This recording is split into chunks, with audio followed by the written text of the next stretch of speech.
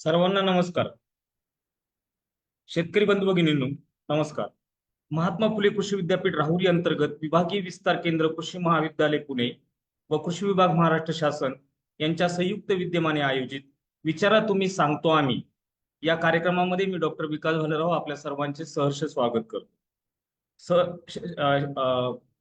शेतकरी बंधू भगिनींनो, विचारा तुम्ही सांगतो आम्ही या कार्यक्रमाअंतर्गत आपण शेतकरी बंधूंना प्रत्यक्ष शेतावर येणाऱ्या समस्यांचे निराकरण कृषी विद्यापीठांच्या शास्त्रज्ञांमार्फत करणार आहोत.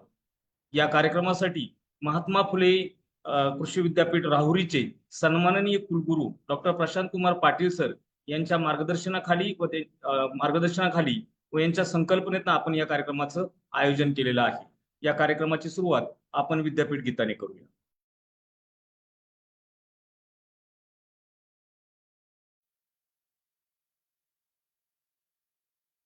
अन्नं बहुपूर्वित तदव्रतम्।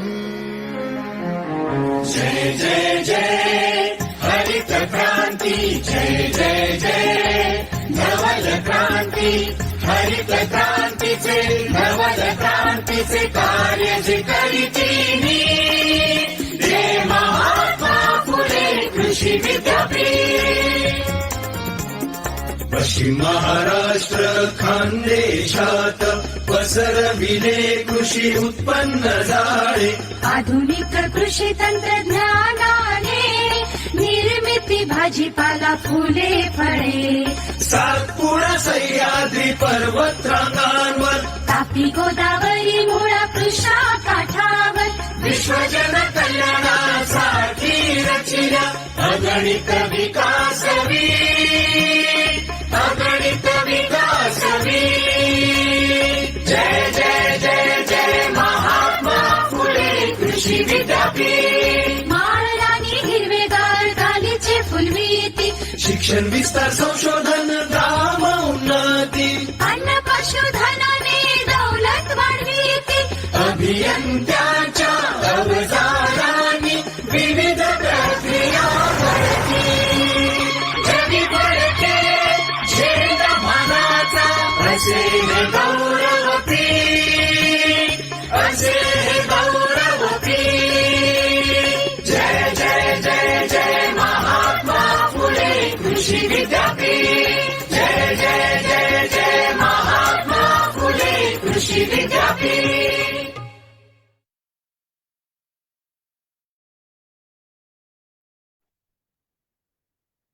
धन्यवाद. शेतकरी बंधू भगिनींनो, मी तुम्हाला आता सांगितलं की महात्मा फुले कृषी विद्यापीठाचे सन्माननीय कुलगुरू डॉक्टर प्रशांत कुमार पाटील सर यांच्या मार्गदर्शनाखाली आणि यांच्या संकल्पनेतनं कृषी विद्यापीठामध्ये होणारे संशोधन हे शेतकऱ्याच्या शेतापर्यंत पोहोचण्यासाठी विचारा तुम्ही सांगतो आम्ही या सदराअंतर्गत आपण कार्यक्रम आयोजित करत असतो प्रत्येक शुक्रवारी दुपारी 3 वाजता.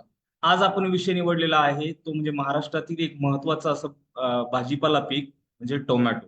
तुम्हाला माहितीच आहे शेतकरी बंधू भगिनींनो की टोमॅटो पीक हे शाश्वत उत्पादन देणारं एक महत्वाचं असं पीक आहे आणि या पिकाचा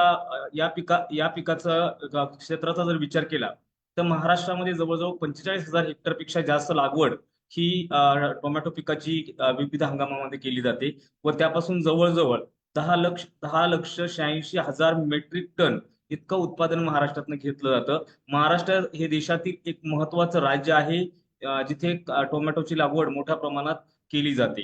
पश्चिम महाराष्ट्राचा विचार केला तर सातारा, पुणे, सांगलीचा काही भाग, सोलापूरचा काही भाग आणि मुख्यतः नाशिक जिल्हा की जिथे सर्वात मोठ्या प्रमाणात टोमॅटोची लागवड केली जाते.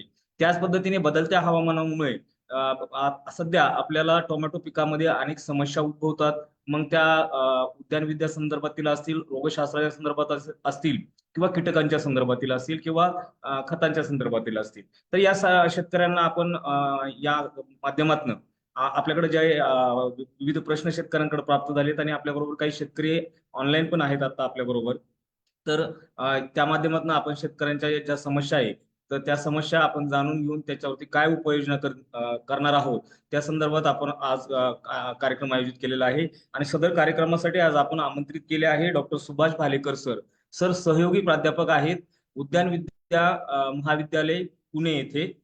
सरांनी सर्वच भाजीपाला पिकांमध्ये भाजीपाला पैदासकार म्हणून सरांचं एक नावलौकिक आहे. नुसतं टोमॅटोच नाही तर कांदा व इतर वेलवर्गीय भाजीपाल्यामध्येही त्यांचं मोठं काम आहे. त्याचबरोबर आपले दुसरे जे शास्त्रज्ञ आहेत ते डॉक्टर संतोष मोरे सर. हे प्रमुख आहेत अखिल भारतीय समन्वित जैविक कीड नियंत्रण प्रकल्प कृषी महाविद्यालय पुणे येथे. जैविक पद्धतीने किडींचं नियंत्रण या संदर्भात ते आपल्याला मार्गदर्शन करणार आहेत. त्याचप्रमाणे आपल्याकडे तिसरे जे महत्वाचे वक्ते आहेत ते आहे डॉक्टर अनिकेत चंदन शिवे. अनिकेत चंदन शिवे सर हे प्रभारी अधिकारी आहेत टोमॅटो सुधार प्रकल्प महात्मा फुले कृषी विद्यापीठ राहुरी येथे. राहुरीमध्ये आपल्याकडे खास टोमॅटो पिकावरती काम करण्यासाठी हा एक प्रकल्प महाराष्ट्र शासनाचा आहे. त्यानंतर आपले पुढचे जे वक्ते आहेत ते आहे डॉक्टर संग्राम काळे सर. सर सहाय्यक प्राध्यापक आहेत वनस्पती मृदशास्त्र विभाग, सॉइल सायंटिस्ट आहेत ते, कृषी संशोधन केंद्र कसबे डिग्रस तालुका मिरज जिल्हा सांगली. सर लवकरच आपल्याबरोबर जॉईन होत आहेत. त्याचप्रमाणे आपल्याबरोबर आज आहेत प्राध्यापक चिमाजी बाजकर साहेब. हे वनस्पती रोगशास्त्रज्ञ आहेत, अखिल भारतीय समन्वित भाजीपाला सुधार प्रकल्प महात्मा फुले कृषी विद्यापीठ राहुरी येथे. यांना जवळजवळ 15 ते 18 वर्षाचा प्रदीर्घ असा वनस्पती रोगशास्त्रातला अनुभव आहे भाजीपाला पिकांमधला. त्याच पद्धतीने आपल्याबरोबर डॉक्टर संदीप लांडगे सर आहेत. हे शास्त्रज्ञ आहेत कीटकशास्त्र, अखिल भारतीय समन्वित चारा पिके संशोधन प्रकल्प. आणि ते सध्या अतिरिक्त पदभार त्यांच्याकडे अतिरिक्त पदभार आहे तो म्हणजे कीटकशास्त्रज्ञ भाजीपाला सुधार प्रकल्प महात्मा फुले कृषी विद्यापीठ. आणि मी स्वतः डॉक्टर विकास बालराव आपण वनस्पती रोगशास्त्रज्ञ आपल्या बरोबर आहेच. तर आजच्या कार्यक्रमात मी तुम्हाला सांगितलं की टोमॅटोच्या संदर्भात आहे.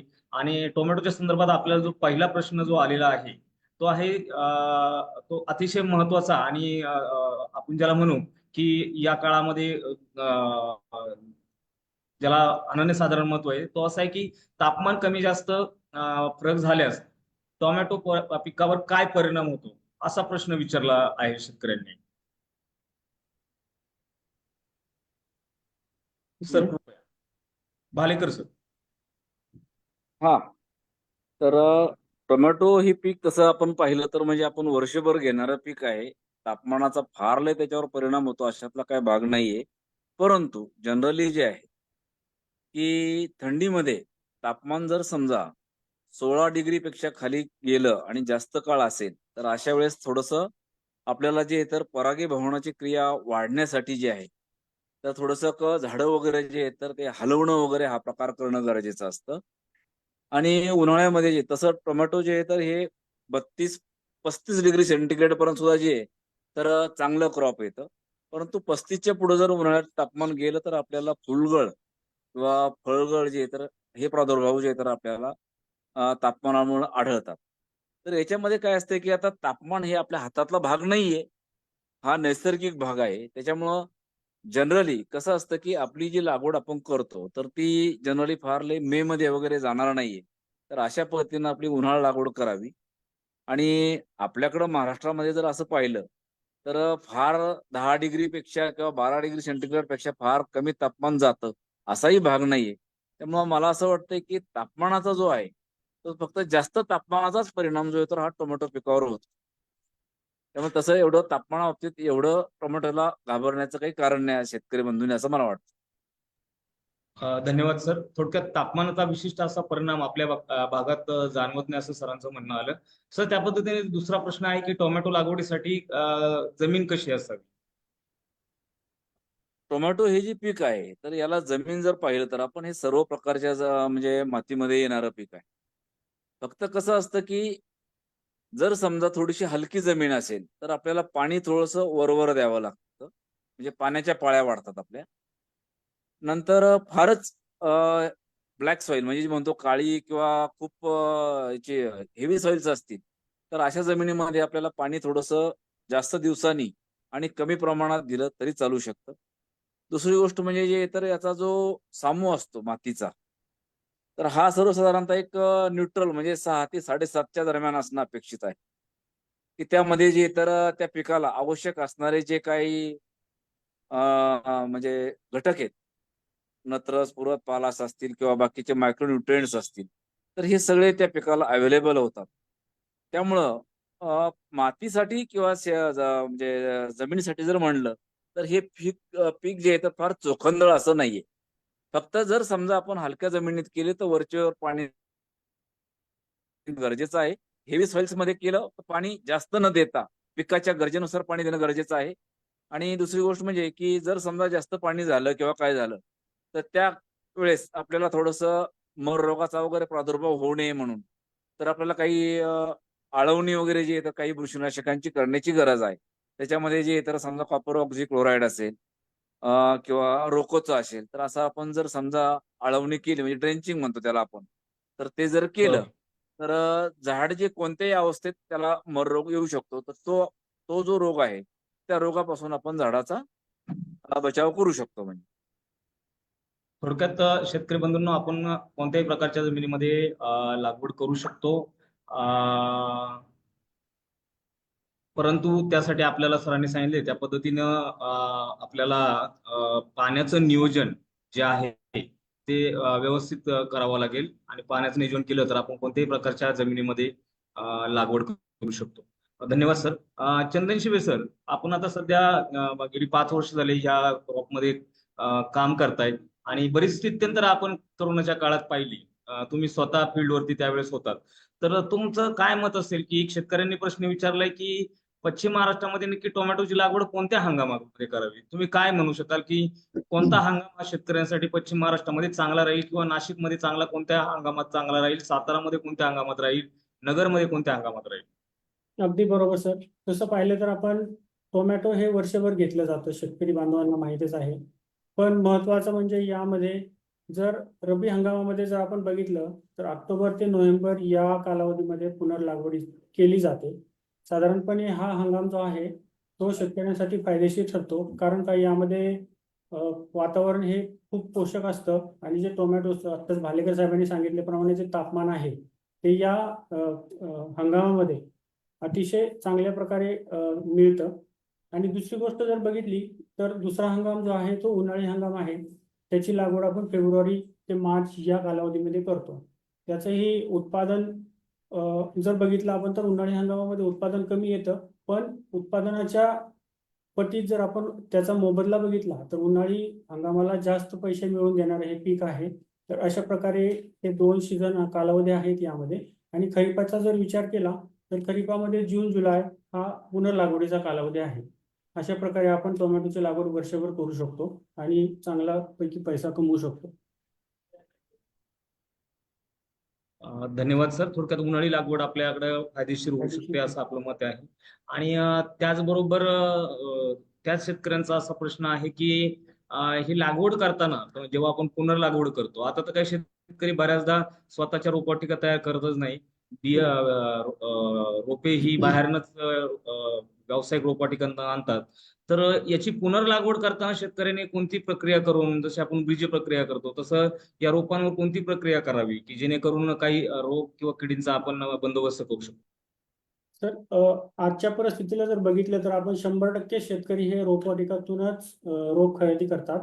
परंतु आपण जो कुकुंबर मोजा व्हायरस सारखे बरेच व्हायरस आलेले आहेत किंवा त्याच सोबत बरेच ग्राउंडनट बर्ड नेक्रोसिस किंवा शेतकऱ्यांचं म्हणण्यानुसार की प्लास्टिक रोग, असे बरेच रोग आलेले आहेत. तर ते रोग येऊ नये किंवा ते रोग टाळावे किंवा भविष्यात आपलं कोणत्याही प्रकारे नुकसान होऊ नये, कारण काय हे जर रोगांची लागण झाली तर आपल्याला ज्यावेळी फळं तोडलेले येतात त्यावेळी आपल्याला कळतं की प्लास्टिक रोग झालेला आहे शेतकऱ्यांच्या भाषेत किंवा कुकुंबर मोजा व्हायरस झालेला आहे. अशा प्रकारचे रोग आपल्याला दिसतात. तर त्यासाठी आपण सुरुवातीपासूनच जी काळजी घेणं गरजेचं आहे ती अशी आहे की टोमॅटोचं रोप जे आहे ते तयार झाल्यानंतर किंवा नर्सरीतून खरेदी केल्यानंतर किंवा लागवडीच्या अगोदर जर बघितलं आपण तर आठवड्यापूर्वी या जिथं आपण ट्रान्सप्लांटिंग किंवा पुनर्लागवड करणार आहे त्या ठिकाणी जे आहे ते वापसा कंडिशन असावी, वापसा स्थितीत वाफे असावे, सरीवरंब असेल किंवा आपण ज्या ठिकाणी मल्चिंग वापरून तयार केलेले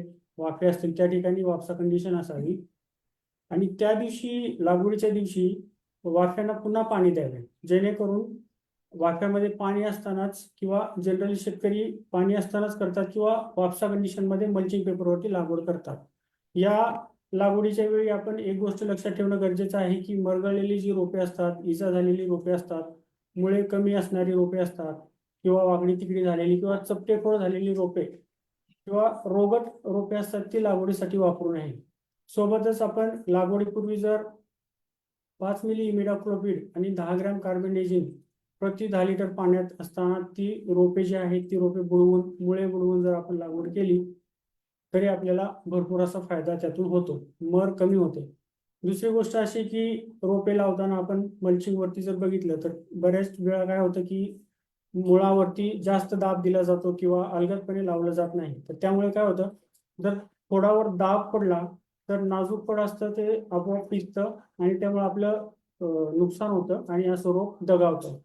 आणि लागवड केल्यानंतर यामध्ये दुसरी गोष्ट अशी आहे की दुसऱ्या किंवा तिसऱ्या दिवशी आंबवणीचं पाणी देणं गरजेचं असतं. त्यामुळे आपल्याला रोपं मरण्याची जी इंटेन्सिटी आहे ती कमी होते आणि लागवडीनंतर 10 दिवसाच्या आत एक महत्वाची गोष्ट आहे की जी रोपं गेलेली असतात किंवा मेलेली असतात तर त्या रोपांचे नांगे भरणे. जर ही अशा प्रकारे आपण लागवड करताना काळजी घेतली किंवा प्रक्रिया केली तर आपल्याला भरघोस असं उत्पादन मिळू शकते आणि मिळते. एवढंच. थोडक्यात सरांचं असं म्हणणं आलं की धन्यवाद सर. तुमचं असं म्हणणं आलं की आपण रोपवाटिकेतून आणलेल्या रोपांवरती जर व्यवस्थित अशी बुरशीनाशक आणि कीटकनाशकांची जर प्रक्रिया केली तर भविष्यात उद्भवणारे जे काही किडी आणि रोग आहे तर त्याला आपण मोठ्या प्रमाणात अटकाव करू शकतो. त्याचबरोबर आपल्याबरोबर काही शेतकरी जॉईन झालेले आहे. योगेश रोहकले साहेब आहेत. आपल्याला काही प्रश्न असेल तर विचारा सर.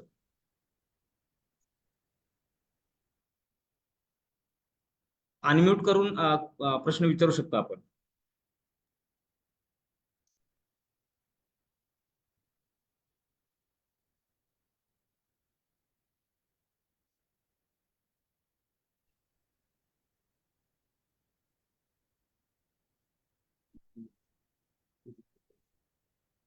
हॅलो, कोणाला प्रश्न असेल तर कृपया विचारावं, नाही तर मग मी पुढच्या प्रश्नाकडे वळतो.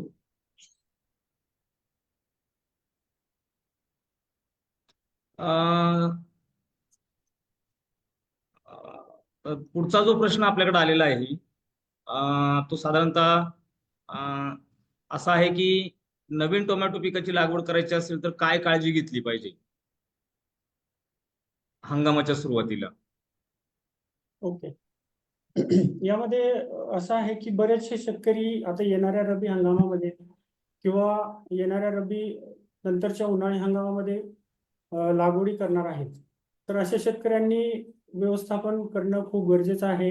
या व्यवस्थापनामध्ये आपण पाहिलं तर ज्या हंगामामध्ये आपण टोमॅटो किंवा टोमॅटो वर्गीय पिके जसं बटाटा असेल, मिरची असेल किंवा अजून बाकीची पिकं असतील हे पिकं घेऊ नये. सोबतच पिकांची फेरपालट करावी. आणि दुसरी महत्वाची गोष्ट अशी आहे की ज्या कालावधीमध्ये वाणाची लागवड करण्याची शिफारस केलेली आहे किंवा करण्यात आलेली आहे अशीच जी वाणं आहेत ती त्याच कालावधीप्रमाणे लागवड करावी. तसेच ज्या विभागासाठी आणि ज्या हंगामासाठी त्या वाणाची शिफारस केलेली आहे तीच वाणं घ्यावीत. दुसरी गोष्ट अशी की सध्याच्या परिस्थितीमध्ये बघितलं तर शेतकऱ्यांना जो सतावणारा प्रश्न आहे की बरेच प्रकारचे व्हायरसेस येतात. तर टोमॅटो पिकावर पर्णगुच्छ बघितला आपण किंवा कुकुंबर मोजॅक व्हायरस बघितलं तर स्पॉटेड विल्ट व्हायरस बघितलं तर हे जर बघितलं आपण ते लीफ कर्ल जो आहे तो पांढऱ्या माशीच्या प्रादुर्भावामुळे होतो किंवा स्पॉटेड विल्ट व्हायरस आहे तो जर बघितलं फुलकिडी मार्फत होतो. तर अशा प्रकारचे कुकुंबर मोजॅक व्हायरस आहे माव्यामार्फत होतो. तर या सर्व रोग शोषणाऱ्या किडींचे जे आहे ते वेळीच नियंत्रण करणं गरजेचं आहे. ही एक गोष्ट महत्वाची आहे त्यामध्ये. आणि सुरुवातीला जर आपल्या प्लॉटमध्ये लागवडीनंतर जर काही रोगग्रस्त रोपे दिसली तर ती रोगग्रस्त रोपे काढून त्याचा वेळीच नायनाट करावा. पिकामध्ये आपण लागवडीनंतर निळे व पिवळे चिकट सापळे जे आहेत त्याची आपण लावणे गरजेचे आहे. सोबतच जर आपण बघितलं तर सापळा पिके म्हणतो आपण. सापळा पिके म्हणजे काय की टोमॅटो प्लॉटच्या चारही बाजूने चवळे आहे, मका आहे अशी जी पिकं आहेत ती पिकं लावणं खूप गरजेचं आहे, कारण भविष्यात येणारे जे व्हायरस सारखे रोग आहेत त्याचा आपण प्रादुर्भाव कमी करू शकतो. दुसरी गोष्ट अशी आहे की पाणी गरजेनुसार देणं गरजेचं आहे आणि शक्यतो सकाळच्या प्रहरी द्यावं. हे एक गोष्ट महत्त्वाची आहे यामध्ये. नत्र खताचा वापर शेतकरी अवास्तवपणे करतात. तो नत्र खताचा जो वापर आहे तो कमी प्रमाणात करावा आणि गरजे एवढाच करावा. त्यानंतर दुसरी महत्त्वाची गोष्ट आहे की फुलगळ आणि फळधारणा हे जे आहे ते दोन महत्त्वाचे मुद्दे आहेत, घटक आहेत, ज्यामध्ये शेतकऱ्यांना तेही सतावतात त्यावेळी. त्यासाठी आपण बोरॉन जर बघितलं 0.5 ग्राम प्रति लिटर पाण्यात आणि NaA 20 ppm या सूक्ष्म अन्नद्रव्याची वापर करणं फुलं आणि फळं येण्याच्या काळात जर बघितलं तर हे आपण कमीत कमी 15 दिवसाच्या अंतराने 2 फवारणी घेणं गरजेचं आहे. आणि सर्वात महत्त्वाचं की शेतकरी उगीच बाजारात मिळणारी जी वाढ संप्रेरके आहेत आपल्या पिकाची गरज नसताना विनाकारण वापरतात, ते शेतकऱ्यांनी वापरू नये, ते टाळावे.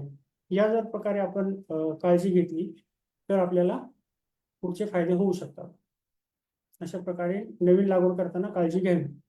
धन्यवाद सर. म्हणजे सर्व गोष्टींचा विचार करून शेतकऱ्यांनी लागवड करणं गरजेचं आहे.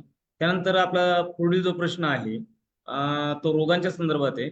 तर खरीप हंगामामध्ये जो म्हणजे आता आपला चालू हंगाम आहे, ह्या हंगामामध्ये बातकर सर टोमॅटो पिकावर कोणते रोग येऊ शकतात, त्याची कोणत्या रोग येण्याची शक्यता असते, आपण डिटेलमध्ये सांगितलं तर बरं होईल.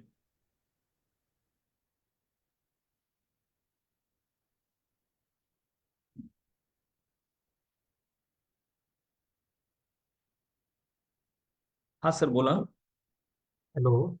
हा सर बोला. हा विकास, या हा जो खरीप हंगाम आहे यामध्ये प्रामुख्याने टोमॅटो पिकावर सर्वात जास्त रोग या खरीप हंगामात आढळून येतात. प्रामुख्याने करपा, करप्यामध्ये लवकर येणारा करपा आणि उशिरा येणारा करपा, फळसड, भुरी, मर आणि विषाणूजन्य रोग.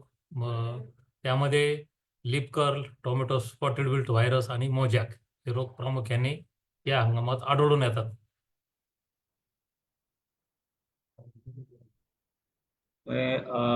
विषाणूजन्य रोग आणि बुरशीजन्य रोगांचा प्रादुर्भाव खरीप हंगामामध्ये दमट वातावरणामध्ये जास्त होतो असं सरांचं म्हणणं आलं.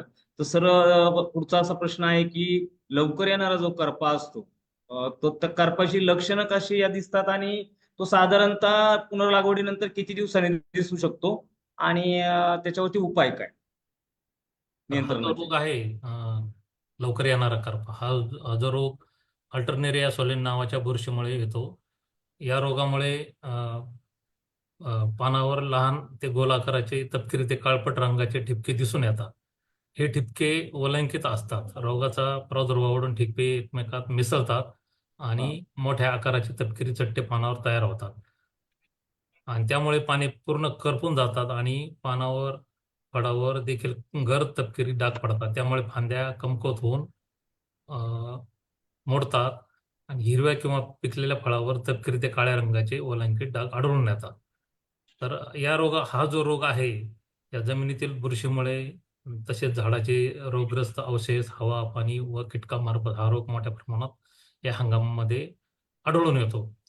तर या रोगाची वेळीच कंट्रोल केलं नाही तर जास्त प्रमाणात शेतकऱ्याचे नुकसान होते.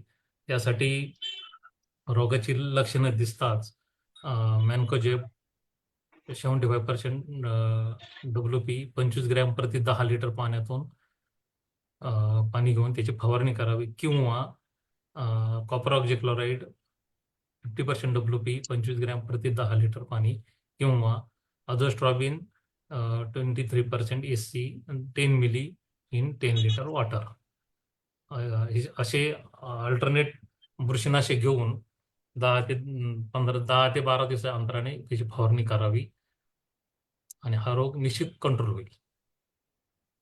म्हणजे थोडक्यात आपण बुरशीनाशकांचा वापर करून, सर बुरशीनाशकांबरोबरच आपण काही जैविक पर्याय याच्यावरती वापरू शकतो का? वापरू शकतो ना आपण. तर त्यासाठी काय वापरता येईल आपल्याला? त्याच्यामध्ये आपल्याला ट्रायकोडर्मा वापरता येईल. 5 ग्रॅम प्रति 10 लिटर पाण्यात घेऊन त्याची फवारणी करू शकतो. आणि खरीपामध्ये आर्द्रता बऱ्यापैकी असल्यामुळे ट्रायकोडर्मा चांगल्या पद्धतीने काम करतोच. थोडक्यात आपण जैविक आणि रासायनिक अशा दोन्ही पद्धतीने लवकर येणारा जो करपा रोग आहे याचं नियंत्रण करू शकतो. येस. त्यानंतर सर दुसरा प्रश्न असा येतो की फळसड नावाचा रोग होतो, तर तो कशामुळे होतो आणि त्याचे नियंत्रण कसं करायचं? फळसड हा रोग खरीप हंगामात टोमॅटो पिकावर जास्त आढळून येतो. तर हा जो रोग आहे फायटोप्थोरा निकोशियाना पॅरास्टिका आणि फायटोप्थोरा कॅप्सिसी या बुरशीमुळे हा रोग आढळून येतो. या रोगामुळे सुरुवातीला पानावर आणि फळावर ज्या फांद्या जमिनीलगत टिकून असतात या अशा फळावर किंवा पानांवर या बुरशीची वाढ होते. तर ह्या बुरशीमुळे टोमॅटोच्या हिरव्या फळावर टोकाच्या बाजूस बदकाच्या डोळ्याच्या आकारासारखे फिक्कट तपकिरी रंगाचे डाग एकमेकात वलय असल्यासारखे आढळून येतात. नंतर पूर्ण फळावर पसरून रंगहीन होतो. रोगग्रस्त फळांची साल कातडल्यासारखे होते आणि जुने फळे सडतात.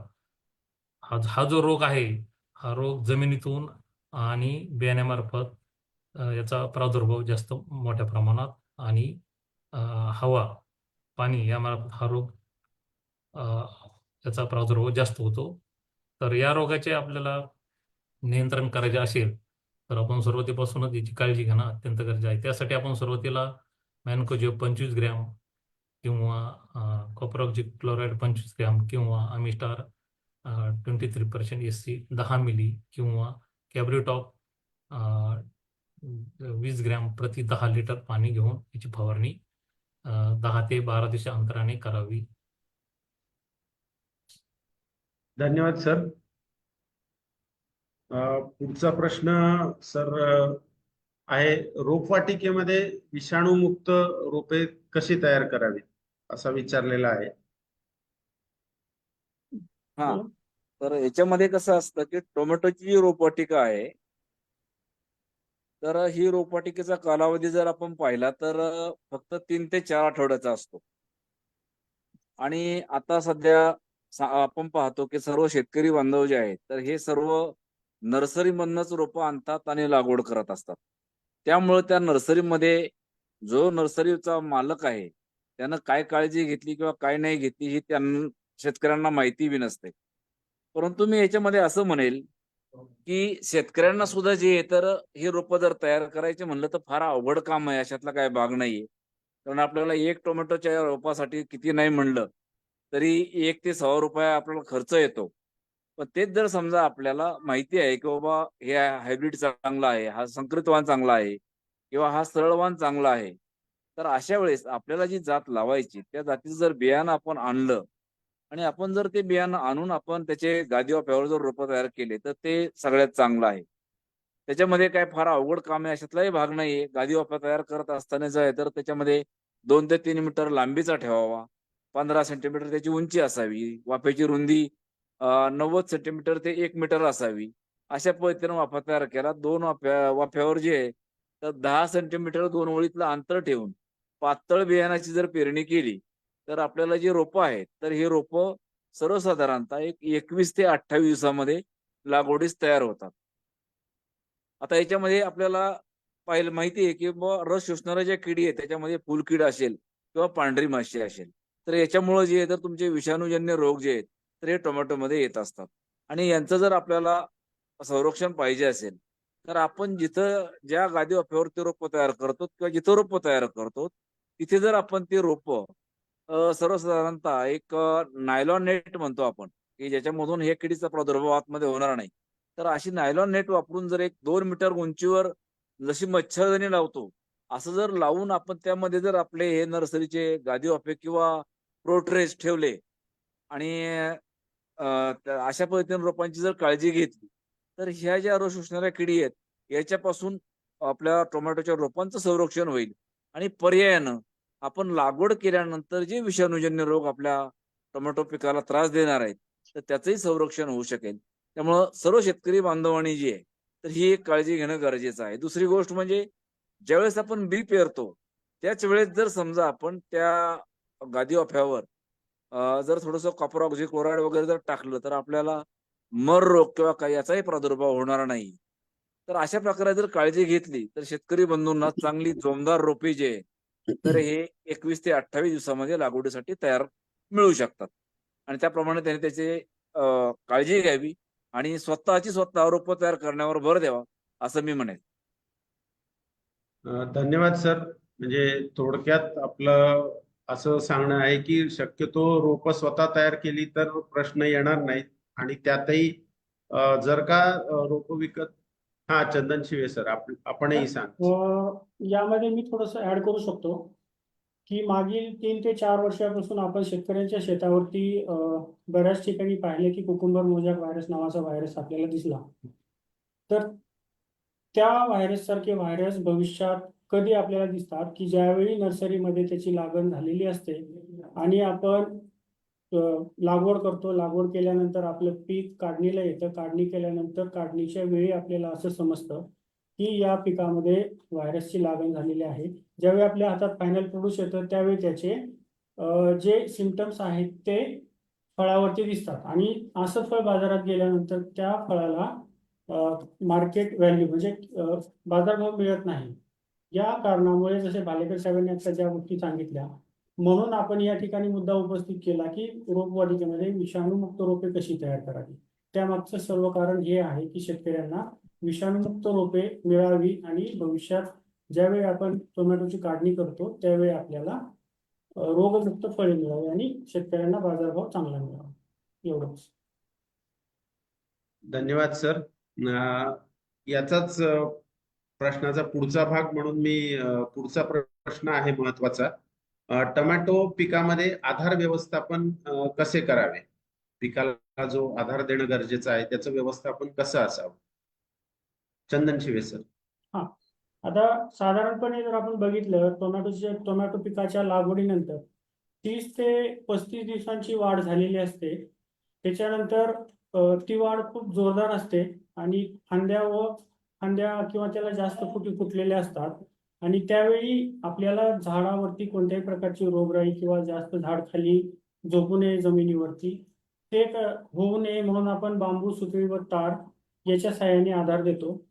तर यामध्ये आपण आधार कसा देतो की सरीच्या बाजूला 6 ते 9 फूट उंचीचे लाकडी बांबू जमिनीमध्ये रोवतो किंवा रोवले जातात. त्यामध्ये दुसरी गोष्ट अशी की जमिनीपासून जर आपण बघितलं 1 मीटर उंचीवर दोन्ही खांबावर तारा ओढून घेतल्या जातात आणि त्या घट्ट बांबूने बांधल्या जातात आणि त्यानुसार त्याला आधार दिला जातो. यामध्ये साधारणपणे जर बघितलं तर झाडाची उंची 30 सेंटीमीटर झाल्यानंतर झाडाच्या फुलाला सैलसरपणे सुतळी बांधून आपण ती सुतळीवरती झाडाच्या मानेला बांधून किंवा तारेला वरती अशी जोडून देतो. हे करणं खूप गरजेचं असतं.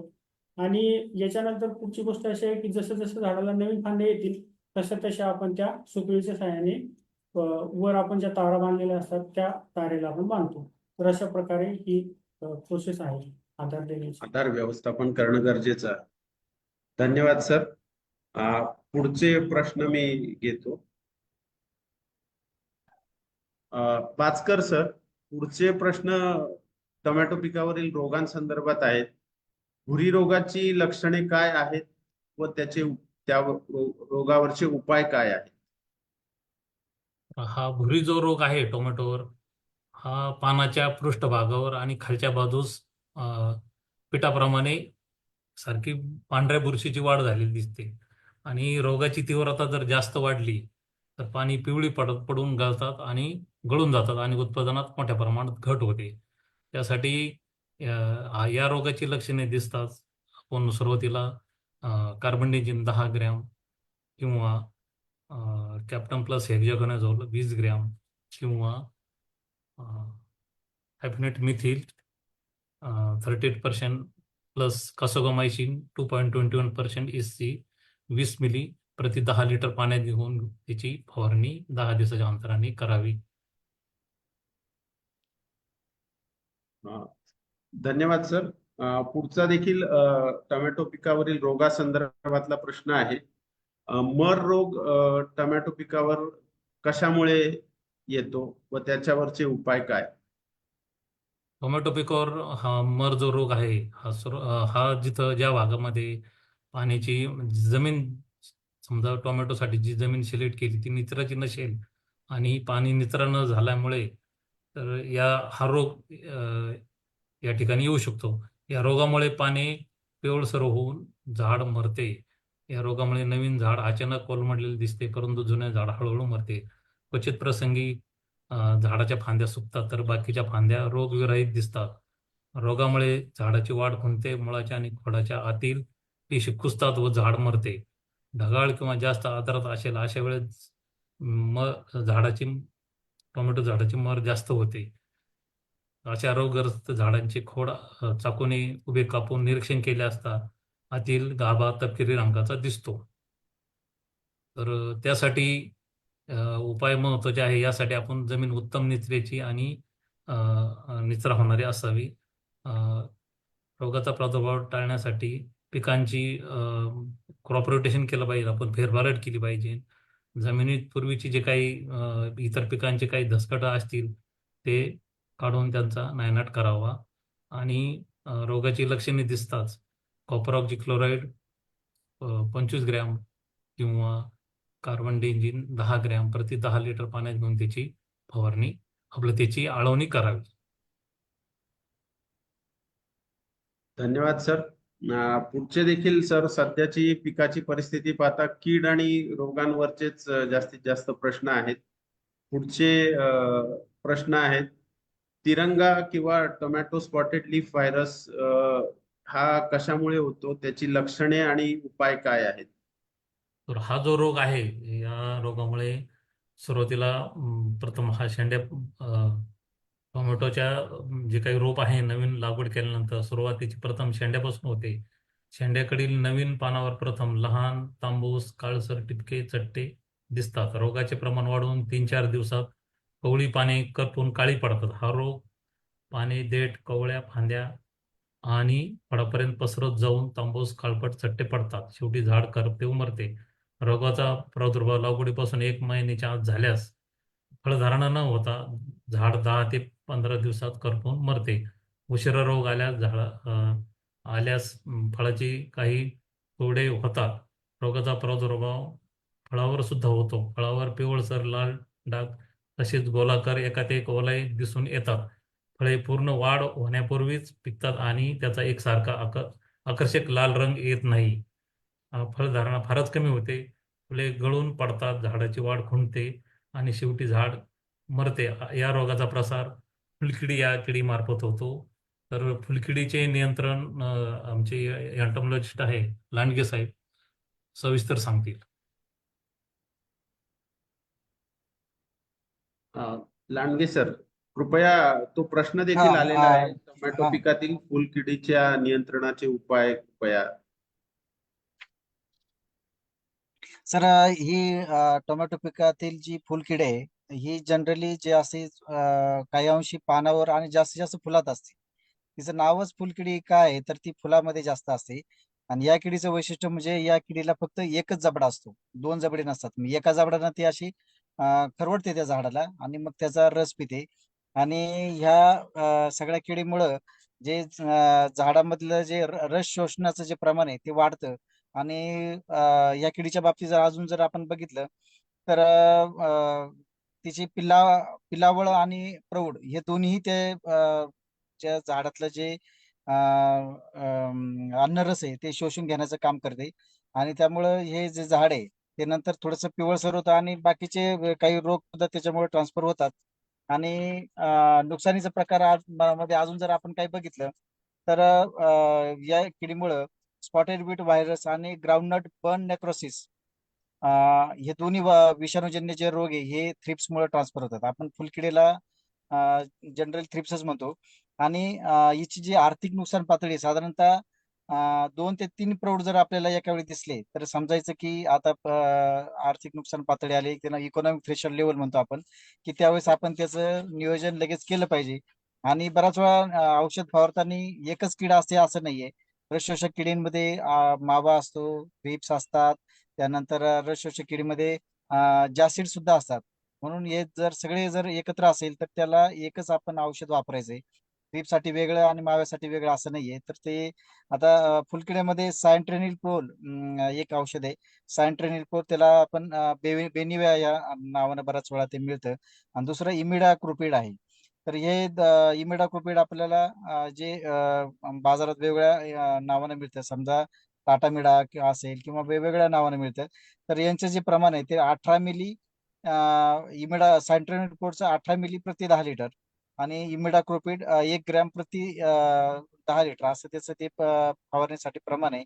तर त्याप्रमाणे आपण ती फवारणी करायची आहे. अजोतिका सर हा सर, मोरे सर प्लीज. आपण आणि लांडगे साहेबांच्या ह्याच्यामध्ये मी काही गोष्टी परत ऍडिशन करतोय. येस सर आता प्लीज. फुलकिडीचं पिलावस्था असते आणि प्रौढावस्था असते. याच्यामध्ये प्रौढावस्थेत जाण्यापूर्वी ही जी काही शेवटची पिलावस्था असते तर यांना काही काळापर्यंत एक 3 ते 4 तास रेस्टिंग स्टेला जावं लागतं. आणि रेस्टिंग स्टेला जाण्यासाठी मग मातीमधले जे काही किंवा जमिनीतल्या जे काही फटी असतील किंवा झाडाच्या खोडामध्ये जे काही जिथं जिथं त्यांना सुरक्षित जागा असेल अशा ठिकाणी त्या ठिकाणी ते जातात आणि तिथून ते प्रौढावस्थेत जातात. म्हणजे जेवढे तुमचे वर फुलकिडी असतात तेवढ्याच प्रमाणात फुलकिडी जमिनीच्या खाली असतात किंवा झाडाच्या खाली देखील असतात. त्याच्यामुळे शेतकरी फवारणी करताना काय करतात की एरियल पार्टवर फक्त फवारणी घेतात आणि खालच्या जे काही किडी असतात ते सेफर अवस्थेत असतात. तर अशा वेळेस जर शेतकऱ्यांनी मल्चिंगचा वापर केला तर फुलकिडींचं प्रमाण देखील कमी झालेलं संशोधनात दिसून आलेलं आहे.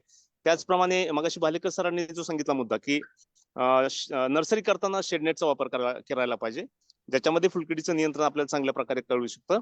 आणि दुसरी गोष्ट म्हणजे चिकट सापळे मिळतात की जे चिकट सापळे आपण नर्सरी पासून येस सर. शेतकऱ्यांनी लावले कारण नर्सरी पासून स्टार्ट होतं आणि सुरुवात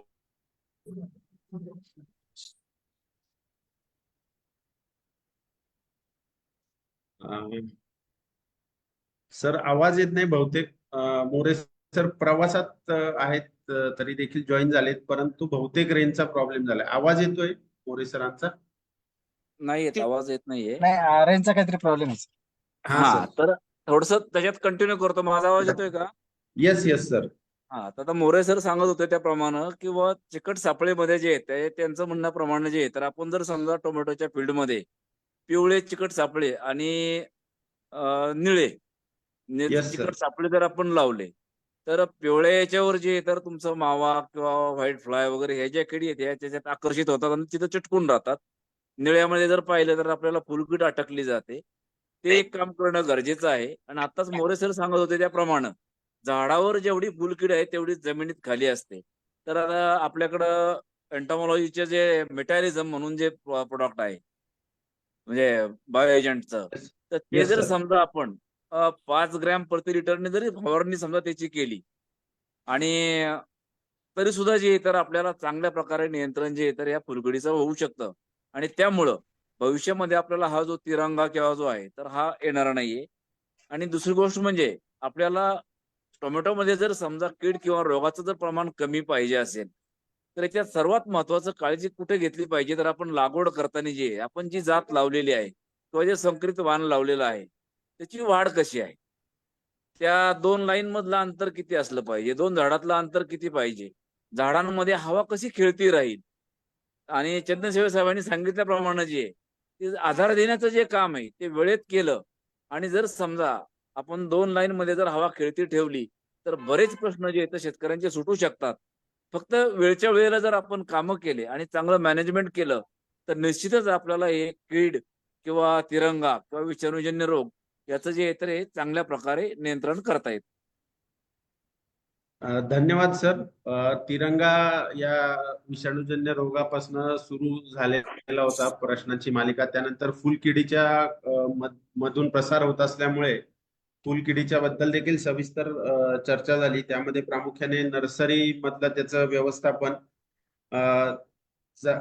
टोमॅटोच्या रोपांबरोबरच मातीतल्या फुलकिड्यांच्या नियंत्रणासाठी मल्चिंगचा वापर, सायंट्रॅनिलीप्रोल किंवा इमिडाक्लोप्रिड या रासायनिक कीटकनाशकांचा वापर आणि शिवाय चिकट सापळ्यांचा वापर, असा उपाय सर्व तज्ञ मंडळींनी आपण सांगितले. मला त्या अनुषंगाने पुढचा टोमॅटो पिकावरील किडींच्या बद्दलचाच प्रश्न आहे. टोमॅटो पिकावर येणाऱ्या प्रमुख किडी कोणत्या व त्यामुळे काय नुकसान होते आणि या प्रमुख किडींचे नियंत्रण कसे करावे? सर, टोमॅटोवर ज्या वेगवेगळ्या किड्या आहेत तर त्या प्रमुख किडींमध्ये पहिल्या रस शोषक किडी हा एक वर्ग आहे, आणि रस शोषक किडीमध्ये नंतर फळ पोखरणाऱ्या किडी असे दोन भाग पडतात. म्हणजे रस शोषक किडींमध्ये जे आहेत ते प्रामुख्यानं मावा, त्यानंतर फुलकिडे, पांढरी माशी, तुडतुडे आणि कोळी असे 4-5 कीटक जे असतात ते अतिशय महत्वाचे आहेत. आणि या सगळ्यांमध्ये जर बघितलं तर ते पिकातला जो अन्नरस आहे, मावा म्हणा, फुलकिडे किंवा पांढरी माशी म्हणा, तुडतुडे, हे पानातला जे अन्नरस आहे ते कंटिन्यू शोषून घेतात. आणि दुसऱ्या अतिशय महत्वाची त्याच्यामधलीच अशी गोष्ट आहे की हे जे किडे आहेत ते त्याच्या हनी ड्यू म्हणजे एक असा बुरशी ते एक असा विद्राव्य घटक सोडतात की त्याच्यामुळे त्या याच्यावर नंतर बुरशी वाढते, आणि बुरशी वाढल्यानंतर ते काळी बुरशी झाल्यानंतर त्याला प्रकाश संश्लेषण त्या करता येत नाही, आणि मग त्या झाडाची आपल्याला गुणवत्ता कमी झालेली दिसून येते. आणि त्याबरोबरच हे जे रस शोषक किडी आहे, या रस शोषक किडीमध्ये साधारणतः माव्याच्या बाबतीत जर आपण बघितलं तर ते चिकट जो पदार्थ टाकण्याचं जे प्रमाण आहे ते त्याच्यामध्ये जास्त आहे. आणि ह्या सगळ्या किडींचा जो जीवनक्रम जर बघितला साधारणतः 20 ते 25 दिवस, साधारणतः 1 महिन्यापर्यंत या सगळ्यांचा किडींचा म्हणजे अंडी म्हणा किंवा बाल्यावस्था म्हणा किंवा प्रौढ म्हणा, हे सगळे साधारणतः 1 महिन्यापर्यंत चालत असतं. आणि या सगळं करता करता या किडींमध्ये जे टोबॅको मोझॅक व्हायरस म्हणा किंवा लिप कर्ल व्हायरस म्हणा किंवा कुकुंबर मोझॅक, हे सगळे व्हायरसचे जे किडे आहेत, या व्हायरस जे आहेत हे सगळ्यांचं म्हणजे त्यांचा प्रसार करणारे एकमेव म्हणजे रस शोषक किडी आहेत. म्हणून त्यांचं जर आपण वेळोवेळी जर आपण नियोजन केलं आणि चांगल्या प्रकारे जर आणि औषध वापरताना शेतकरी बंधूंना एक महत्वाची सूचना आहे की औषध वापरताना एकच औषध तुम्ही 2 वेळापेक्षा जास्त वापरायचं नाही. कारण तेच औषध जर तुम्ही सारखं सारखं वापरलं तर त्याच्यात रेजिस्टन्स येतो, आणि पांढरी माशी एक असं आहे की नंतर तुम्ही काही केलं तरी ते जात नाही. म्हणून कोणतंही औषध मारताना तुम्ही ते आर्थिक नुकसान पातळी किती आहे आणि ते सुद्धा आपण चेक करणं गरजेचं आहे. साधारणतः ते जर आपण सगळं बघितलं तर त्याप्रमाणे आपल्याला वेळोवेळी फवारण्या करता येतात. आणि हे सगळं करताना सुद्धा आपण निंबोळी अर्क म्हणा किंवा निम ऑइल म्हणा 3000 ppm किंवा 10,000 ppm असे वेगवेगळे जर तुम्ही सुरुवातीच्या अवस्थेमध्ये वापरले, काही सापळे वापरले, आणि हे सगळं झाल्यानंतर आपले विद्यापीठात सुद्धा वेगवेगळे प्रोडक्ट आहे, मेटॅरिझम मॅनिसोप्ली आहे किंवा व्हर्टिसिलम आहे. हे मेटॅरिझम जे आहे ते रस शोषक किडी प्लस तुमच्या ज्या आळीवर्गीय यांच्या सुद्धा साठी चांगला आपल्याला रिझल्ट त्याचा सापडलेला आहे, किंवा बिवेरिया बेसन आहे. हे सुद्धा आपण सुरुवातीला वापरणं गरजेचं आहे. आणि हे सगळं करून जर आपल्याला असं वाटतंय की नियोजन होत नाही तरच आपण वेगवेगळे केमिकल वापरण्याकडे कल द्यायचा आहे. आणि शेतकरी बंधूंना दुसरी अजून एक सूचना आहे की CIB म्हणजे सेंट्रल इन्सेक्टिसाइड बोर्ड आणि रजिस्ट्रेशन कमिटी एक सेंट्रल गव्हर्नमेंटची एक एजन्सी आहे. त्या एजन्सीनंच आपल्याला वेगवेगळ्या प्रकारचे औषधं ठरवून दिले, तेच औषध आपण मारले पाहिजेत. बऱ्याच वेळा काय होतं की कृषी सेवा केंद्रामध्ये एखादं औषध दिलं जातं आणि त्याला लेबल क्लेम नसतो, म्हणजे ते औषध त्याच किडीवर त्याच प्रमाणात मारलं पाहिजे. आणि दुसरी अजून एक महत्वाची अशी गोष्ट आहे की कोणतंही औषध जे त्याचं प्रमाण ठरलेलं असतं ते LD50 असा त्याचा एक लिथल डोस असतो. म्हणजे तुमचं 50%च पॉप्युलेशन बऱ्याच वेळा एका डोस मध्ये कमी होतं, 100% पॉप्युलेशन कधी तुमचं जात नाही. त्या LD50 म्हणतो आपण, 50% तुमचं पॉप्युलेशन जातं असं. म्हणून रिकमेंडेड जो डोस आहे त्या डोस प्रमाणे शेतकऱ्यांनी मारायचंय. बऱ्याच वेळा काय होतं जे आता नवीन औषधं जे बाजारात आलेले आहेत त्यांचा डोस अतिशय कमी आहे आणि त्यांची किंमत पण जास्त आहे. म्हणून त्या प्रमाणात शेतकऱ्यांनी ते औषध वापरलं पाहिजे. आणि जे आपले जुने ऑर्गॅनिक क्लोरिन म्हणा, ऑर्गॅनिक फॉस्फेट ग्रुप म्हणा, पॅरेथ्रॉइड्स म्हणा, त्यांचे थोडे डोसेज जास्त आहेत. म्हणून त्याप्रमाणे त्यांचे डोसेज वापरले पाहिजे. आता याच्यामध्ये शेतकरी बांधवांना अजून एक महत्वाची जे औषधं सांगतात की माव्यासाठी रोगर हे जे औषध आहे, रोगर म्हणजे डायमेथोएट 30 EC, हे 20 मिली 10 लिटर म्हणजे 1 लिटरला 2 ml किंवा 10 लिटरला 20 मिली या प्रमाणात आपण त्याचं फवारणी केली पाहिजे. त्याच्यानंतर पांढरी माशी आणि फुलकिडे जे आहेत तर याच्यासाठी सायंट्रेनिल प्रोड हे साधारणतः तुमचं टोमॅटोची लागवड केल्यानंतर 20व्या दिवशी एक डोस आणि 30व्या दिवशी एक डोस असं तुम्ही ते त्या प्रमाणात त्याची फवारणी केली पाहिजे. त्यानंतर इमिडाक्रोपिड एक औषध आहे इमिडाक्लोपीड सुद्धा आपण 70 WG जे औषध आहे हे साधारणतः 1 ग्रॅम या प्रमाणे आपण 10 लिटर साठी वापरलं पाहिजे. त्यानंतर पांढऱ्या माशीसाठी अजून दुसरं मेलाथिओन आणि डायमिथेट आहे. हे जे मेलाथिओन आहे हे 50 EC 30 मिली पाण्यामध्ये आपल्याला वापरायचं आहे आणि रोगर हे सुद्धा 20 मिली प्रति 10 लिटर पाण्यात वापरायचं आहे. त्यानंतर अजून एक महत्वाचे शेतकऱ्यांना माहिती की जे रसशोषक किडी जे आहेत, रसशोषक किडी आणि कुळीमध्ये तुम्हाला फरक जाणवतो बऱ्याच वेळा की बऱ्याच वेळा काय होतं की शेतकरी बंधूंना जे औषध रसशोषक किडीला चालतं ते कुळीला चालत नाही. कुळीनाशक हे वेगळे, कीटनाशक जसं वेगळे, फंजीसाईड जसं वेगळे, तसं कुळीनाशक सुद्धा वेगळे. तर कुळीनाशक मध्ये आपल्याला वेगवेगळे जे औषध आहे ते डायफेन्थोरॉन आहे, फेनाझेक्विन आहे किंवा स्पायरोमेसिफेन आहे ते किंवा हे जे औषध आहेत हे आपण त्या त्या प्रमाणात वापरायचे. ज्याच्यामध्ये डायफेन्थोरॉन जे आहे समजा 12 ग्रॅम प्रति 10 लिटर पाणी, त्यानंतर फेनाझाक्विन जे आहे 25 मिली प्रति 10 लिटर पाणी आणि स्पायरोमेसिफेन म्हणजे ओबेरॉन नावानं बराच वेळा हे औषध आपल्याला मार्केटमध्ये बाहेरचं आहे ते 13 मिली प्रति 10 लिटर पाणी या प्रमाणात आपल्याला त्याची फवारणी करणं गरजेचं आहे. आणि शेतकरी बंधूंनो अजून जर आळीचं जर प्रमाण असेल, समजा तुम्हाला काही आळ्या जर सापडत असतील तर सुरुवातीच्या अवस्थेत याच्यामध्ये जे आळ्या आहेत त्यामध्ये टोमॅटो फूड बोरर म्हणजे हेलिकोवर्पा आर्मेजरा ही आळी जी आहे ती अतिशय महत्वाची आहे. या आळीमुळे बऱ्याच वेळा शेतकऱ्यांचं नुकसान झालेलं आपल्याला दिसून येतं. आणि दुसरी अजून गोष्ट आहे की पिनवर्म, टोमॅटो पिनवर्म ही सुद्धा अतिशय महत्वाची गोष्ट आहे. याच्यामध्ये सुद्धा आपण व्यवस्थित जाणं योग्य स्टेजला नियंत्रण केलं आणि त्याचे सापळे सुद्धा मिळतात म्हणजे फेरोमोन ट्रॅप्स. त्या ट्रॅप्स मध्ये ते जे तुमचे भांड आहे ते भांड एका रात्रीत पूर्ण भरलेलं आपल्याला जर इन्व्हिटेशन जास्त असेल एका रात्रीत पूर्ण भरलेलं आपल्याला सापडून येतं. म्हणून ते सुद्धा बघून ते सुद्धा व्यवस्थित जर नियोजन केलं तर चांगल्या प्रकारे नियोजन होतं. सर धन्यवाद सर.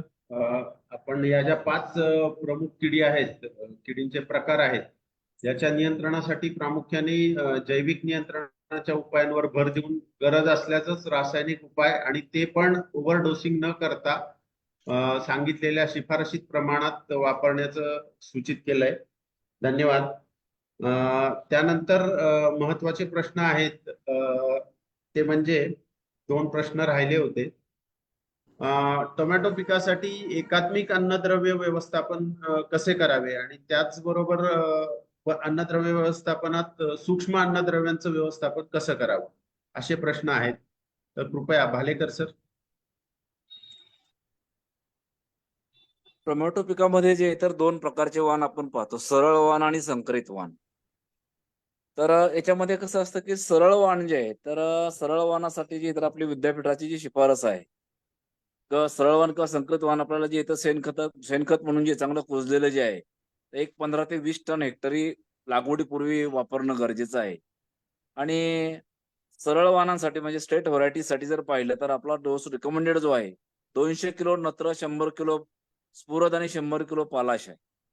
त्याचप्रमाणे संकरित वाणांसाठी जर पाहिलं तर आपला 300 किलो नत्र, 150 किलो स्फुरद आणि 150 किलो पालाश अशी मात्रा जी आपल्या विद्यापीठाची शिफारशीत आहे. त्याच्यामध्ये शेतकरी बंधूंनी काय केलं पाहिजे की ज्यावेळेस आपण टोमॅटोची लागवड करतो तर त्यावेळेस आपण अर्धे नत्र आणि संपूर्ण स्फुरद आणि पालाश याची जी मात्रा आहे तर ही आपण लागवडीच्या वेळेस द्यावी. आणि उरलेला जो अर्धा नत्र आहे तर तो शेतकरी बांधवांनी त्याचे 3 भागात विभागणी करावी. आणि ती जी विभागणी केलेली आहे ती लागवडीनंतर 20 दिवसांनी, 40 दिवसांनी आणि 60 दिवसांनी अशा पद्धतीने जर समजा त्यांनी नत्राची मात्रा दिली तर पर्यायानं पिकावर येणाऱ्या ज्या रसशोषक किडी ज्या आहेत याचा प्रादुर्भावही आपल्याला कमी जाणवतो आणि आपल्या पिकाची चांगल्या प्रकारे वाढ होऊ शकते. त्याचप्रमाणे काही सूक्ष्म अन्नद्रव्य म्हणून जे तुम्ही आता सांगितलं त्याच्यामध्ये आपण जर माती परीक्षण केलेलं असेल तर त्या माती परीक्षणानुसार आपल्या मातीमध्ये कोणते घटक कमी आहेत ते जर आपल्याला समजले तर त्याप्रमाणे आपण त्यांच्या त्या घटकांची फवारणी करू शकतो. आणि जर समजा आता चंदनदेव साहेबांनी सांगितल्याप्रमाणे जे आहे तर काही बोरॉनचे वगैरे जर स्प्रे घेतले तर आपलं फलधारणा जी आहे तर ही वाढते. तर मला असं वाटतंय की जर माती परीक्षणाप्रमाणे जर त्यांनी अन्नद्रव्याचं नियोजन केलं तर ते शेतकरी बंधूंसाठी चांगलं राहील. धन्यवाद सर. म्हणजे थोडक्यात जे नत्र आणि स्फुरदाची मात्रा आहे 50% स्फुरद 100% स्फुरद पालाश व 50% नत्र पहिला बेसल डोस द्यायचा आहे आणि नंतर नत्र विभागून उर्वरित 50% नत्र आहे 3 समान हप्त्यांमध्ये द्यायचे 20, 40 व 60व्या दिवशी. आणि माती परीक्षणाच्या आधारे सूक्ष्म अन्नद्रव्यांचा वापर करणं गरजेचं आहे. धन्यवाद सर. पुढचे काही रोगासंदर्भातले प्रश्न आहेत. मी पाचकर सरांना विनंती करतो, सर कृपया.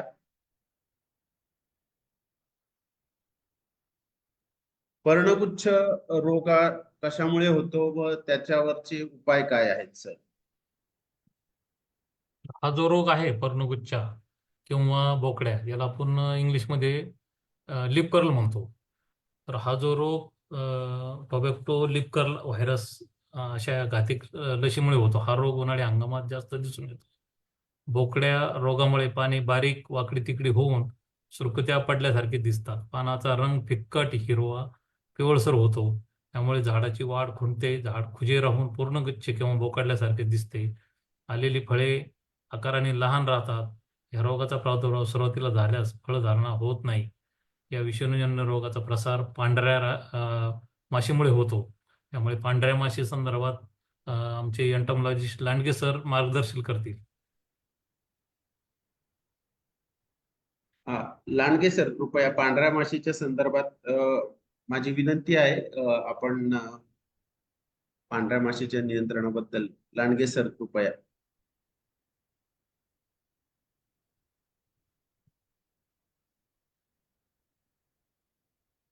सर बहुतेक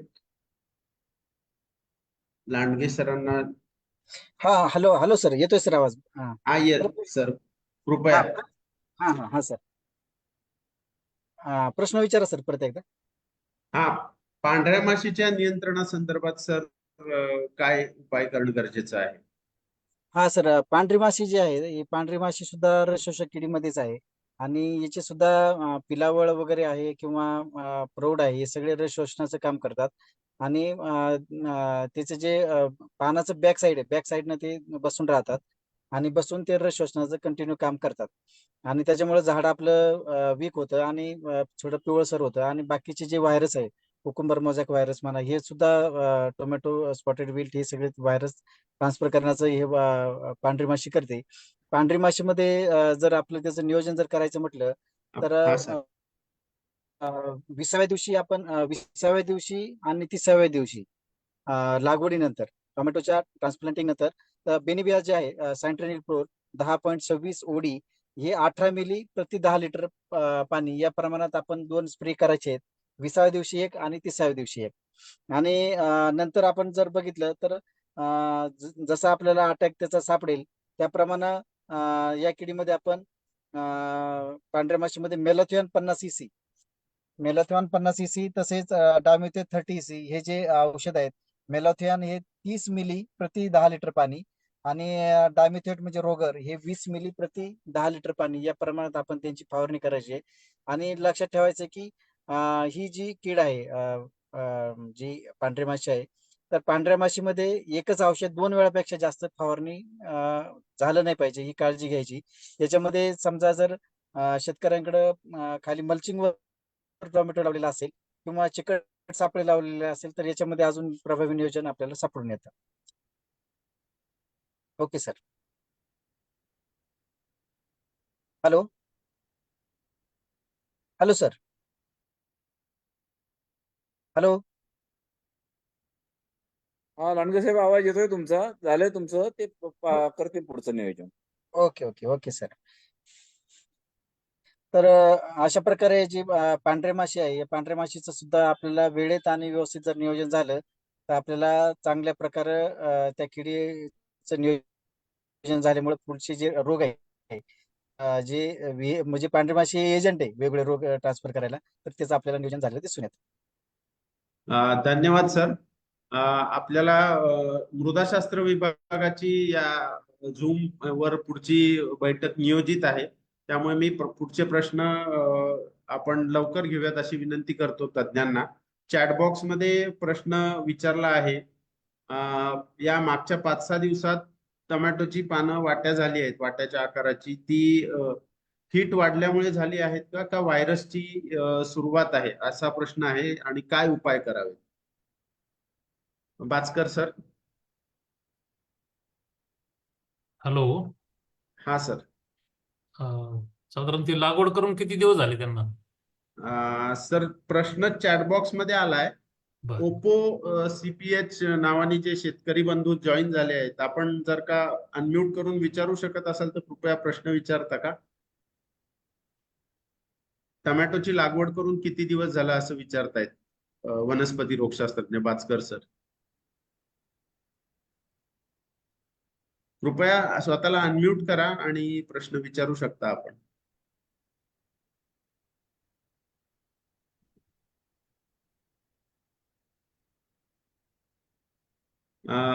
सर बहुतेक त्यांना अनम्यूट नाही झालेले दिसत आहेत. प्रश्न काय 40 आहे? दिवस झालेत असं चॅट बॉक्स मध्ये दिलंय त्यांनी सर. 40 दिवस झाले. 40 दिवस झाले का? बर. ठीक आहे. तो हा जो साधारण त्यांनी आता लागवड करून 40 दिवस झाले, तर हा जो रोग आहे त्याला आपण पर्णगुच्छ किंवा बोकड्या म्हणतो. तर Yes. हा जो विषाणूजन्य रोग आहे, हा रोग या नाही, हंगामात. डॉक्टर साहेब, हा बोला बोला सर. त्यांचं म्हणणं असं आहे की ती जे पानं आहे त्याच्या वाटीचा आकार झाला, म्हणजे तिथं अपवर्ड कर्लिंग झालेला आहे. तर हा. आपल्याला हा थोडासा किडीशी निगडीत प्रश्न येस आहे. येस येस, बरोबर बरोबर. हा. मग अपवर्ड कर्लिंग जे आहे ते हे तुमचं जे तर फुलकिडीमुळे होतं आणि कोळीमुळे जे तुमचं डाऊनवर्ड कर्लिंग होतं. Yes yes yes. तर आता आपण जे काही फुलकिडी बाबतीत जेवढं काही सांगितलं त्यांना नियंत्रण करण्याचं, हो तर त्या Yes, सर्व sir. उपाययोजना त्यांनी जर केल्या तर कदाचित त्यांचा हा जो प्रादुर्भाव आहे तो कमी होऊन जाईल. येस येस, अगदी बरोबर. तर याच्यामध्ये अजून एक ऍड करतो. जर डाऊनवर्ड कर्निंग जर असेल डाऊनवर्ड, तर ते माव्यामुळे होतं, आणि अपवर्ड जर असेल तर सर म्हटल्याप्रमाणे वाटीचा. ग्रेप्स आणि बाकीच्या हे ज्या आहेत गोळी याच्यामुळे सुद्धा होतं. अपवर्ड झाले त्यांच्याकडे, वाटीचा आकार Upward. झाला म्हणजे अपवर्ड कर्लिंग झालं. अपवर्ड कर्लिंग आहे. येस. ग्रेप्स हम्म. पुढचा प्रश्न मी घेतो. टोमॅटो मोझॅक रोगावर काय उपाय करावेत? आणि पुढचा प्रश्न, विषाणूजन्य रोग होऊ नये म्हणून काय उपाययोजना करावी? याच्याबद्दल मगाशी आपण बरंच मार्गदर्शन केलेलं आहे. मोझॅक रोगाबद्दल काही उपाय असतील तर सांगावेत sir. Bachkar sir. Tomato mosaic हा जो व्हायरस आहे, हा मावा किडीमुळे होतो. तर या विषाणू रोगामुळे या रोगामुळे पाने फिक्कट हिरवी होतात.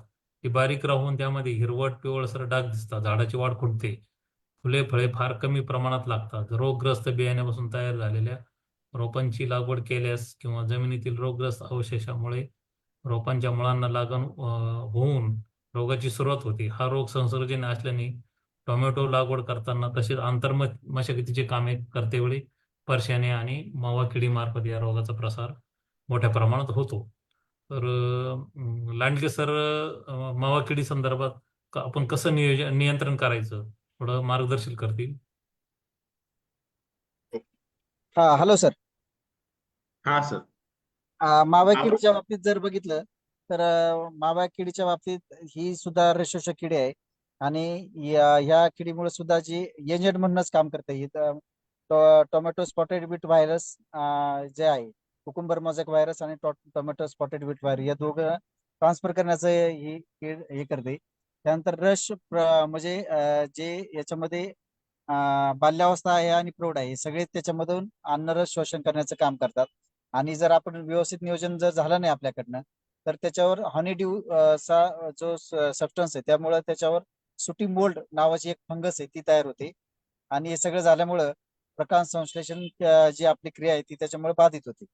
तर या किडीच्या नियंत्रणासाठी जे वेगवेगळे औषध आहेत, त्यामध्ये रोगर किंवा रोगर हे जे औषध आहे डामिथोएट नावानं हे मिळतं.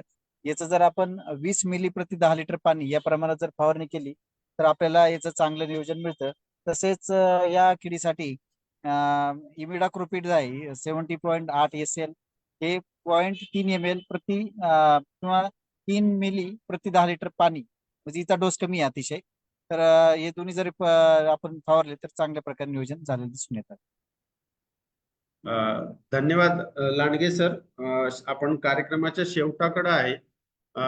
शेवटचे 2 प्रश्न आहेत फक्त. पोळी पिकाबद्दल आपण मार्गदर्शन केलं आहे. तर लीफ मायनर या किडीच्या नियंत्रणाबद्दल आणि त्यानंतर फळ पोखरणाऱ्या अळीच्या नियंत्रणाबद्दल कृपया मार्गदर्शन करावं. सर, लीफ मायनर ही जी कीड आहे ही सुद्धा अतिशय आजकाल घातक कीड होत चाललेली आहे. साधारणतः तुमचं जे टोमॅटो पीक आहे 1 महिन्याचं झाल्यानंतर ही कीड लगेच चालू होते. साधारणतः 15 दिवस किंवा महिनाभरात सुद्धा ही कीड चालू होते. या किडीचं वैशिष्ट्य म्हणजे ही कीड मध्ये एक आळी असते. ही पानाचा जो वरचा लेअर आणि खालचा लेअर जो आहे या दोन्ही लेअर मध्ये ही कीड आपली तिचं पोखरण्याचं काम करते. आणि जर आपण नियंत्रण जर झालं नाही ते थोडक्यात नागासारखं असं त्याला नागाळी म्हणतो आपण. नागासारखं आतमध्ये ते थोडस त्याचे दिसतात. आणि नंतरच्या स्टेजमध्ये जर तिचं व्यवस्थित नियोजन झालं नाही तर पूर्ण प्लॉट असा जळाल्यासारखं दिसतं. हे त्याचं एक वैशिष्ट्य आहे.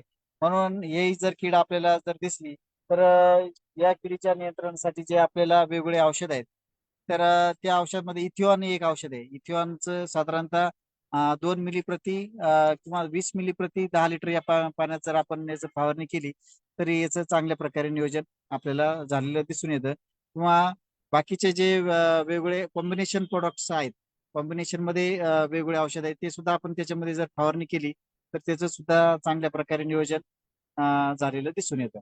त्यानंतर दुसरं जे सरांचा प्रश्न होता कोळी पीक. कोळी तर कोळी ही सुद्धा एक रस शोषक कीड आहे. आणि ती सुद्धा पानातला रस शोषून घेते आणि नंतर पान पिवळं पडतं. पिवळं झाल्यानंतर पानाच्या खालच्या बाजूला असं जाळीदार दिसतं. आणि कोळी हा सूक्ष्म आहे. तो सहसा डोळ्यांनी दिसत नाही. अति सूक्ष्म असतो. बारीक एकदम आपल्याला जर बघितलं तर ती लक्षात येते हा कोळी आहे. ती लक्षात यायलाच वेळ जाते ही कोळी न झालेले म्हणून. ते असं लालसर बारीक दिसतात आपल्याला. पानाला जर आपण असं घासलं तर आपला हात अंगठा जरा थोडासा ओलसर होतो. आणि या किडीच्या नियंत्रणासाठी आपल्याला कोळीनाशक वापरायचे. तर कोळीनाशकामध्ये जर आपण औषध बघितले तर फेनाझोक्विन आहे. फेनाझोक्विन 25 मिली प्रति 10 लिटर पाणी. त्यानंतर स्पायरोमेसिपिन आहे. हे 13 मिली प्रति 10 लिटर पाणी या प्रमाणात आपण जर फवारणी केली तर कोळीचं सुद्धा चांगल्या प्रकारे नियोजन झालेलं दिसून येतं. धन्यवाद सर. आज टोमॅटो पिकामध्ये सध्या परिस्थितीत शेतकऱ्यांना भेडसावणाऱ्या समस्या आणि त्यावरील उपाय हा जो चर्चासत्रपर कार्यक्रम विभागीय विस्तार केंद्र कृषी महाविद्यालय पुणे यांनी आयोजित केलेल्या कार्यक्रमामध्ये आज जी विद्यापीठातील सर्व टोमॅटो पिकातील शास्त्रज्ञ मंडळी सहभागी झाली त्याबद्दल मी महात्मा फुले कृषी विद्यापीठ राहुरी अंतर्गत विभागीय विस्तार केंद्र कृषी महाविद्यालय पुणे आणि कृषी विभाग महाराष्ट्र शासन यांच्या वतीने doctor Subhash Bhalekar sir, doctor Santosh More sir, वेळेअभावी मी सर्वांची पदनाम घेत नाही, क्षमस्व आहे त्याबद्दल, डॉक्टर अनिकेत चंदन शिवे sir, doctor Chimaji Bachkar sir, doctor Sandeep Landge sir या सर्व तज्ञ मंडळींचं मनापासून आभार व्यक्त करतो. हा कार्यक्रम ज्यांच्या प्रेरणेतून ज्यांच्या मार्गदर्शनाखाली घेतला जातो आपल्या विद्यापीठाचे सन्माननीय कुलगुरू आदरणीय डॉक्टर प्रशांत कुमार पाटील सर यांचा देखील मी या प्रसंगी मनापासून धन्यवाद देतो, आभार व्यक्त करतो. महात्मा फुले कृषी विद्यापीठाचे सर्व संचालक विस्तार शिक्षण डॉक्टर गोरक्ष ससाणे सर, संचालक संशोधन डॉक्टर विठ्ठल शिर्के सर, अधिष्ठाता कृषी डॉक्टर दिलीप पवार सर यांचा देखील मी या प्रसंगी मनापासून आभारी आहे. पुणे कृषी महाविद्यालयाचे सहयोगी अधिष्ठाता डॉक्टर महानंद माने सर देखील सतत या कार्यक्रमास मार्गदर्शन करत असतात. मी सरांचे देखील या प्रसंगी आभार व्यक्त करतो. त्याचप्रमाणे आज या कार्यक्रमाला ऑनलाईन उपस्थित राहिलेले सर्व शेतकरी बंधू जे फेसबुक लाईव्हच्या माध्यमातून देखील जोडले गेलेले आहेत त्या सर्व शेतकरी बांधवांचे मी मनापासून धन्यवाद देतो. त्याचप्रमाणे विभागीय विस्तार केंद्राची टीम, या टीमचे प्रमुख विस्तार कृषी विद्यावेत्ता डॉक्टर सोमनाथ माने सर, त्याचप्रमाणे माझे सहकारी डॉक्टर विकास भालेराव, डॉक्टर सुनील जोगदंड यांचे देखील मी या प्रसंगी मनापासून धन्यवाद देतो. आणि कार्यक्रम संपवण्यापूर्वी पुढच्या आठवड्यात आपण पुढील शुक्रवारी दुपारी 3 वाजता द्राक्ष पिकातील फळ छाटणी व त्यानंतरचे उपाय याविषयी चर्चासत्र घेणार आहे. याचा देखील सर्व शेतकरी बंधूंनी जास्तीत जास्त लाभ घ्यावा असे आवाहन करतो आणि आजचे हे चर्चासत्र संपन्न झाले असे जाहीर करतो. धन्यवाद.